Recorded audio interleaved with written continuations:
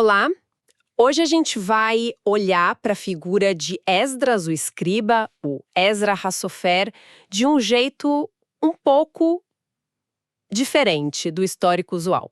Vamos mergulhar numa visão mais ligada à Cabalá. Sim, uma perspectiva mística judaica sobre ele, né? Exato. A gente tem aqui umas fontes que fazem uma análise bem interessante, sabe? Elas conectam Esdras à Gemátria, que é aquela numerologia sagrada hebraica, e todo o processo de reconstrução espiritual depois do exílio na Babilônia. Um período super complexo, esse pós-exílio. Muito. E o objetivo aqui, nesta nossa conversa, é tentar entender essa visão de Esdras que vai além do líder que reconstruiu muros físicos, né? Que já seria muito, claro. Com certeza. Mas as fontes pintam ele quase como um engenheiro cósmico, alguém que estava trabalhando para restaurar a própria conexão entre a humanidade e o divino. Usando a linguagem sagrada como ferramenta principal, as letras hebraicas. Isso. E aí que entra a gemátria, que seria a chave para a gente acessar a profundidade disso tudo. Bom, vamos desembrulhar essa história, então. Vamos lá. Para a gente ter uma ideia do tamanho da tarefa do Esdras, é bom visualizar o cenário, né? O povo judeu voltando para Judá depois de 70 anos na Babilônia. 70 anos. É muito tempo longe de casa, do templo. Demais. A identidade, a conexão com as tradições, com a própria Torá, tudo isso estava muito frágil, quase sumindo para muita gente. Um risco real de assimilação, de perda cultural e espiritual. Exato. E é nesse contexto de ruptura que a missão de Esdras ganha uma dimensão, assim, enorme. Algumas fontes que a gente viu chegam a chamar o trabalho dele de uma segunda outorga da Torá. O que é uma afirmação muito forte. Quase como um novo Sinai, né? É fortíssima, porque sugere que o trabalho dele não foi só, sei lá, copiar uns pergaminhos antigos que sobraram. Não foi um trabalho de arquivista, digamos assim. Não mesmo. A interpretação cabalística que está nessas fontes vai muito além. Sugere que ele estava, de certa forma, recriando os rolos sagrados, dando uma nova vida, uma nova conexão para eles. E isso conecta direto com a palavra hebraica para escriba, que é sofer, sofer. Sim. E o fascinante, né, é como essa palavra sofer tem a mesma raiz, samerk, resh, de outras duas palavras-chave. Sefer, que é livro, E sefira, que é o termo da Cabalá para as emanações divinas, os atributos de Deus na criação. Então a ideia aqui é bem profunda. O sofer, o escriba como Esdras, não é só um copista. Ele trabalha com a matéria da criação, com os sefarim, os livros sagrados. E entende, ou pelo menos intui, a dinâmica da sefirot, das energias divinas. Ava não era só tinta no pergaminho, sabe? Era um ato de canalizar a luz divina. De reativar circuitos espirituais que tinham sido danificados ou esquecidos no exílio. Exatamente. E o que é particularmente interessante aqui é como essa visão eleva o ato de escrever a um nível, cosmológico mesmo. Na Cabalá, as letras hebraicas não são só símbolos para sons. Não, elas são vistas como os blocos básicos da realidade, né? O DNA do universo, por assim dizer. Exato, os tijolos da criação. E Esdras, nesse papel de sofer, seria um mestre desses códigos sagrados. E a ferramenta para decifrar as camadas ocultas por trás do trabalho dele, por trás da Torá que ele estava restaurando, qual seria? Seria a gematria. Ela funciona como, uma matemática da alma. Matemática da alma. Boa definição. É um método que revela conexões de energia, de conceito, entre ideias, palavras, nomes, tudo através do valor numérico das letras hebraicas. Não é só um jogo de número, né? É um jeito de perceber harmonias escondidas na estrutura da realidade. Perfeito.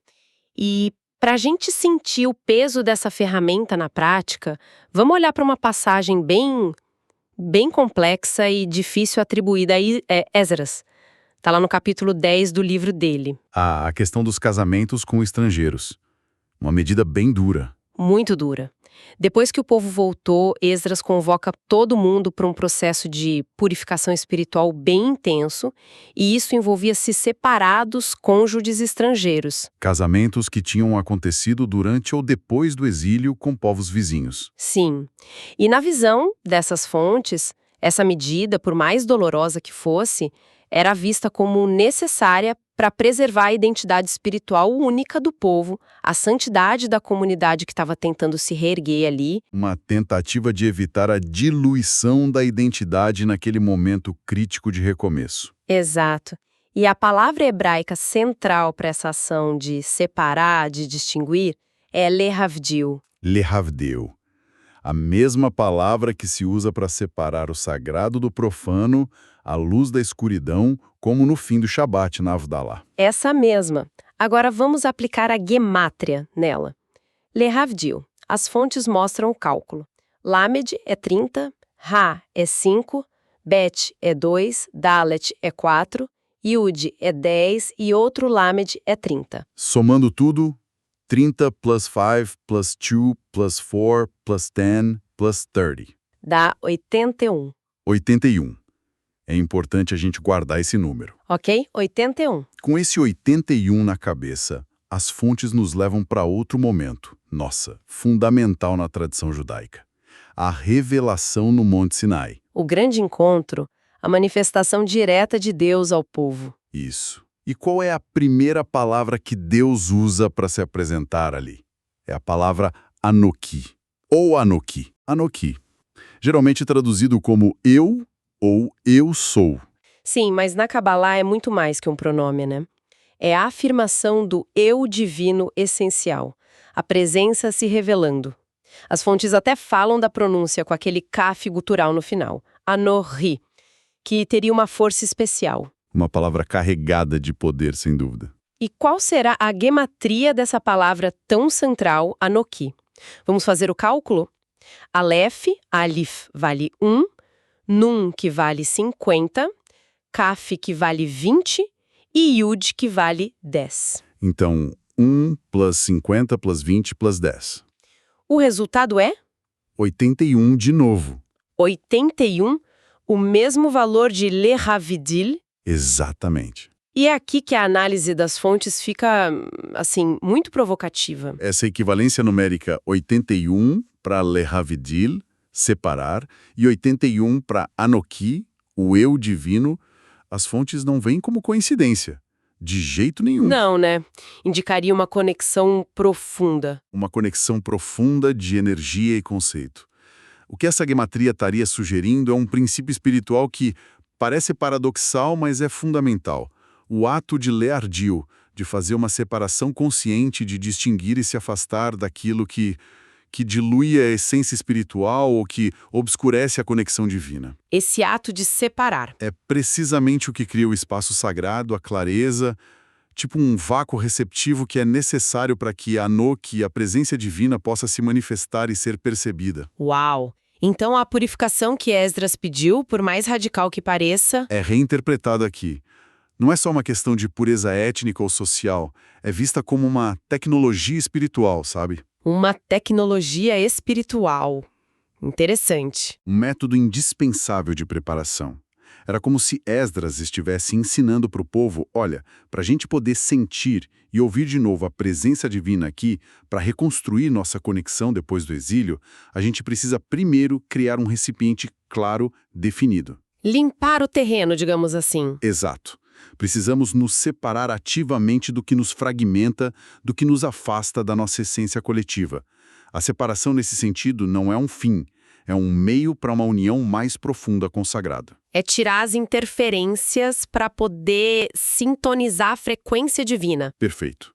É isso. Nossa, isso realmente dá uma luz completamente diferente para essa passagem de Esdras, que muitas vezes a gente só debate em termos sociais ou políticos, né? Sim, a gematria aplicada assim revela uma camada de intenção espiritual que é fácil de perder de vista. Mas a jornada do povo não acabava nessa separação preparatória, claro. O objetivo final era o retorno pleno, a reconstrução e a vida em Tzion. Tzion. Sião. Um nome carregadíssimo de história, de poesia, de anseio espiritual. Totalmente. E qual seria a energia codificada nesse conceito, Tzion, seguindo a mesma lógica da gemátria? Vamos ver? Calculando o valor de Tzion, as fontes indicam Tzad vale 90, Yud vale 10, Vav vale 6 e a letra Nun Sofit, a forma final do Nun, vale 50. Ok, então 90 plus 10 plus 6 plus 50. Isso, dá 156.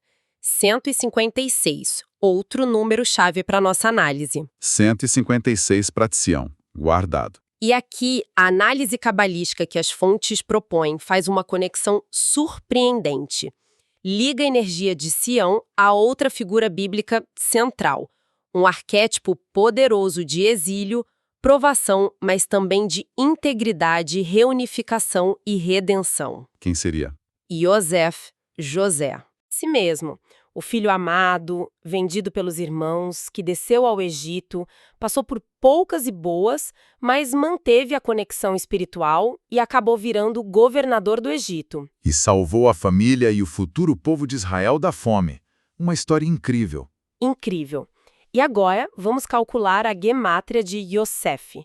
Yud é 10, Vav é 6, Samer é 60 e Pé é 80. Então, 10 plus 6 plus 60 plus 80. Chegamos exatamente no mesmo valor, 156. 156, igual a Tzion. Isso é arrepiante de certa forma. Não é? E essa identidade numérica, 156 para Tzion e 156 para Yosef, é vista pelas fontes como algo muito, muito significativo. Claro, não quer dizer que Sião é José, mas que a energia espiritual para realizar o retorno a Sião, para reconstruir a nação ali de forma sustentável, Essa energia, manifesta e requer ativação da força arquetípica que Yosef representa. Pensa nos elementos da história dele que fazem sentido aqui. ele foi o primeiro a ir para o exílio profundo no Egito, Mas manteve a identidade, a integridade espiritual lá no meio de um ambiente totalmente estranho, desafiador. Passou por testes pesados, né? Casa de Potifar, prisão. sim, Mas a capacidade dele de interpretar sonhos, a visão dele, elevou ele. E o mais fundamental, foi ele quem organizou a reunificação dos irmãos, superando as tretas do passado. e garantiu o sustento deles, a base para a família crescer e virar as 12 tribos. Exatamente. Então, a energia de Sion, o retorno, a reconstrução em Sion, é interpretada como ligada a essa força de Yosef. A capacidade de manter a visão espiritual mesmo no exílio, seja físico ou interno, né? Sim, claro. O poder de reunir as partes dispersas da alma, seja coletiva ou individual. E a habilidade de prover o sustento, material e espiritual para a reconstrução. Faz muito sentido. E fica ainda mais profundo quando a gente lembra que na Kabbalah, Yosef é muito associado a Sefirah de Yesod. Yesod, que significa fundamento, Isso. Yesod é o atributo divino que representa a conexão entre os mundos espirituais mais altos e o nosso mundo físico. É a capacidade de canalizar a energia divina para manifestação concreta. É a base onde tudo se apoia. a fundação. Exato. Portanto, o retorno a Zion, que tem a mesma energia de Yosef, seria, segundo essa visão, a reativação consciente desse poder de Yesod, de estabelecer um fundamento sólido, justo, para a vida individual e coletiva. Um canal claro para a abundância divina. Uau! Juntando essas peças todas, a figura de Esdras e o trabalho dele vistos por essa lente da Kabbalah e da Gemátria ganha uma dimensão que vai muito além de um evento histórico de 2.500 anos atrás, né? Sem dúvida. As fontes mostram ele operando com princípios que parecem um manual atemporal de reconstrução espiritual, relevante para qualquer processo de volta à integridade depois de um tempo de fragmentação, de exílio interno. Com certeza. Os ensinamentos centrais que a gente pode tirar dessa análise, como as fontes apresentam, são bem práticos na essência espiritual deles. Primeiro, esse reconhecimento do poder da linguagem sagrada, das letras hebraicas. Não como meros signos, mas como condutores de energia, de consciência. Esdras, o Sofer, era um mestre nisso. Exato. Segundo, a importância crucial do princípio de Lehavdil, aquela separação consciente, deliberada, do que nos diminui, nos confunde, nos desconecta da nossa essência. Como um passo preparatório indispensável, uma higiene espiritual, como você disse. Isso, para permitir que a presença divina, o Anok interior, se revele. E terceiro, essa ideia poderosa de que a reconstrução, o retorno à nossa Sião interior, nosso lugar de integridade, propósito, conexão, requer ativar conscientemente as forças arquetípicas da nossa alma. Como a força de Yosef, ligada a Tzion e a Yesod. Exatamente. Que nos capacita a manter a visão, a reunir nossas partes fragmentadas, a prover o sustento para o crescimento e a construir um fundamento sólido e justo na vida. A Gemátria aqui funciona como um mapa, né? Revelando essas conexões arquetípicas. E essa ideia de fundamento de Yesod liga direto com a reconstrução do templo, em Jerusalém, que foi central no trabalho de Esdras e Neemias naquela época. Sim, muito central. As fontes sugerem que essa reconstrução física era um espelho, ou talvez um catalisador, para a reconstrução muito mais essencial do templo interior. O espaço sagrado dentro de cada pessoa e da comunidade, onde a presença divina pode habitar. Então, o trabalho de Esdras seria sobre reerguer os dois templos, o de fora e o de dentro. Exatamente. Nesse contexto mais amplo, a Gemátria deixa de ser só uma curiosidade matemática ou um método de interpretação exótico. Ela ganha outra dimensão. Sim, as fontes colocam ela como uma ferramenta quase de diagnóstico, um raio-x espiritual da criação, que permite perceber a unidade escondida, as conexões de energia que tecem a realidade por trás da aparente fragmentação que a gente vê no mundo físico. E o que tudo isso significa, no fim das contas, segundo essa visão? Significa que a estrutura da realidade não é aleatória. Ela tem uma inteligência, uma ordem matemática, harmônica, e que a linguagem sagrada, quando entendida a fundo, oferece uma chave não só para entender essa ordem, Mas para interagir com ela. para interagir conscientemente com ela, para participar ativamente no processo contínuo da criação e da redenção. Resumindo, então, a ideia central que sai dessas fontes, Esdras, o escriba, foi muito mais que um líder político ou religioso que restaurou a lei. Muito mais. Ele é apresentado como um mestre da linguagem sagrada, um conhecedor da estrutura oculta dela, revelada por ferramentas como a Gemátria.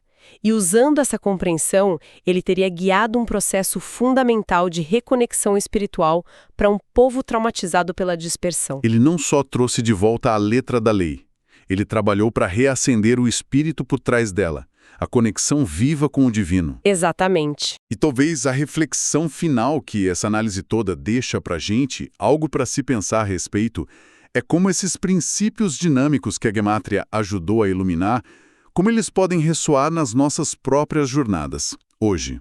Como a dinâmica de separação para conexão, por exemplo, a ligação entre Lehavdil e Anok. Sim. Como isso pode nos ajudar a criar clareza, a criar espaço para o sagrado no meio do barulho do mundo moderno, e como a força de reunificação e fundamento, que está na conexão entre Tzion e Yosef, via Yesod. Como a gente pode ativar isso conscientemente? Exato. Nos nossos próprios processos de reconstrução depois de perdas, em transições importantes, ou no esforço contínuo de construir nossa própria Sião interior. Aquele lugar de integridade, de conexão profunda, de propósito significativo. Isso. A sabedoria antiga, codificada na linguagem, nos números, talvez ela ainda ofereça um mapa surpreendentemente relevante para a gente navegar os desafios da alma hoje em dia.